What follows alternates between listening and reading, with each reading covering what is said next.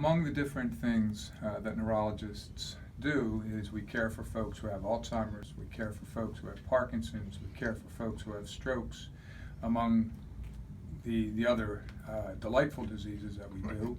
And it's a conversation that comes up pretty much every day.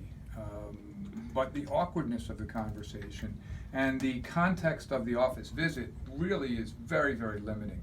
We have 15 minutes, the way we're set up, to have somebody come into the office to go through the requirements from Uncle Sam, to state what their concern is that day, to review all of the history, to go through a meaningful evaluation and examination, to come up with an analysis of that particular session, and then to establish a plan. And if anybody's there for any reason, it's extremely unlikely that I'm going to be deviating and talking about some other topic.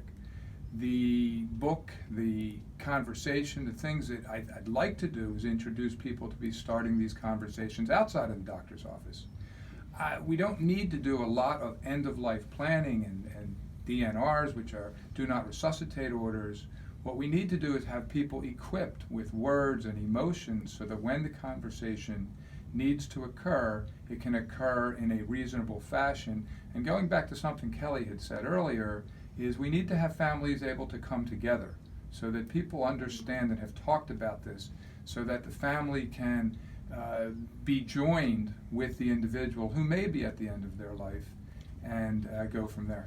And Dr. Bagatelle, you feel strongly that that this is a conversation that is important to have as early as possible, and for a whole host of reasons. So why don't we go back to that? Yeah, I made a joke before, saying that death is something that that you plan for, and it's almost like a save the date, and then right. When you're getting closer to dying, do you want chicken or fish? But I think I want people to know that when doctors talk to their patients about end of life wishes, and we make recommendations about what we think, based on the patient's wishes, what we think is the best course of action. We're not making these recommendations lightly. We're not just tossing a coin. We're really bringing in our own personal and professional experiences into our discussions, and we want people to know that. And the truth is, as you said, since we all experience it, everybody around this table